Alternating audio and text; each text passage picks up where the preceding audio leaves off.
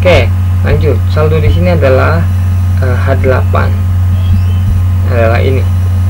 Oke, ini adalah sama kan dari sini. Ini menunjukkan saldo apa, nilai lahirnya istilahnya. Kalau ini menunjukkan saldonya. Oke, kemudian kalau jika ada transaksi seperti apa, baik kita contohkan di sini. Mari kita contohkan pada jurnal umum supaya kalian nggak bingung nih.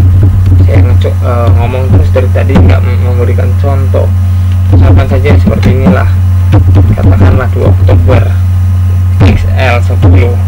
Oke, misalkan di sini Anda misalkan si siapa namanya, terserah kalian, sebut saja yang ini Sandi misalkan.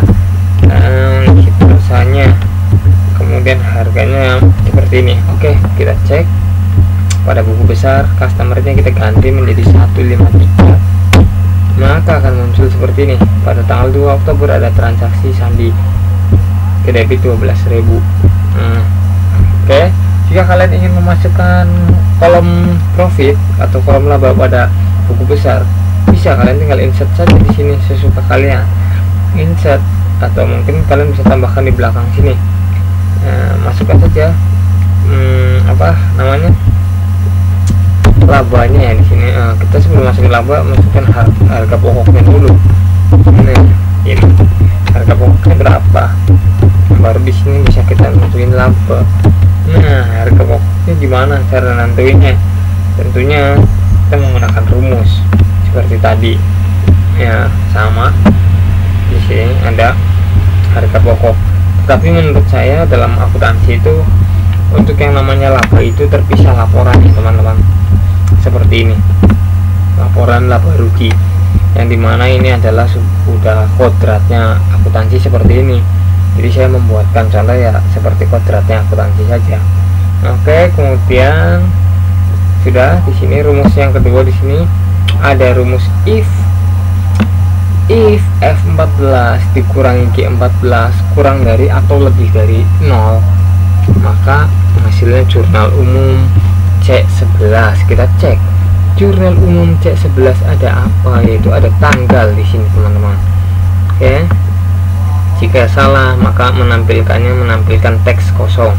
Oke, CF kurangi G, debit dikurangi kredit. Jika hasilnya kurang dari atau lebih dari 0, maka jurnal umum.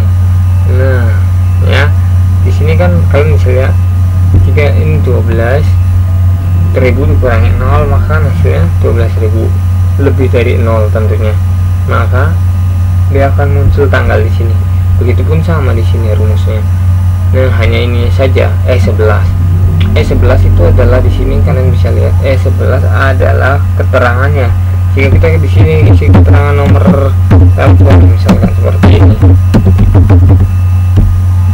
misalkan kalau kita kasih nama seperti ini, misal contoh ya, maka seperti ini teman-teman, di buku besar kita muncul nomor teleponnya ya, sama ini rumusnya. Kemudian debit juga sama, di sini rumusnya masih rumus jenis yang sama seperti tadi. Nah, hanya bisa dimodif saja. Jika jurnal umum F11 sama dengan D8 di sini kalian bisa lihat D8. Jika jurnal umum C11 artinya adalah di sini, sebentar, F11 artinya nomor akun. Jika nomor akun itu sama dengan nomor akun di sini, maka dia akan ngebaca kolom H11 yaitu kolom debit. Oke, seperti itu kurang lebih. Ini sama, kredit pun sama, rumusnya hanya diganti saja ininya jadi K berarti di jurnal umum adalah kolom kredit. Di sini kalian bisa lihat. Oke, kemudian di sini ada saldo, yaitu berupa pengurangan saja. Nah, ini kita, tapi pengurangannya dengan menambahkan rumus if or, gabung left digabung dengan left ya, udah ya, seperti tadi yang dijelaskan rumus if or. Jika ini saldonya apa namanya, nomor akunnya ini 1, maka seperti ini, left atau left 5, maka hasilnya adalah H H13 yaitu ini saldo awal ditambah, nah seperti ini, saldo awal ditambah debit dikurangi kredit, maka masuk ke kolom saldo sini. Nah ini rumusnya teman-teman. Nah jika salah maka sebaliknya, jika saldo jika akun itu udah kodratnya pada kredit, maka ya kita tinggal balik aja pengurangan rumus ininya. Oke, seperti itu. Kemudian rumus ini tinggal kita copy paste, tarik sampai ke bawah teman-teman, sampai ke bawah, sampai ke 1020 misalnya, tarik seperti itu. Kemudian setelah sudah ditarik ke bawah, kita lanjut ke menu neraca lajur. Di sini ada neraca lajur teman-teman. Nah di neraca lajur ini rumus yang saya akan gunakan adalah, pada kolom buku besar ini udah paham kan rumusnya, sama semua ini juga sama, di copy paste.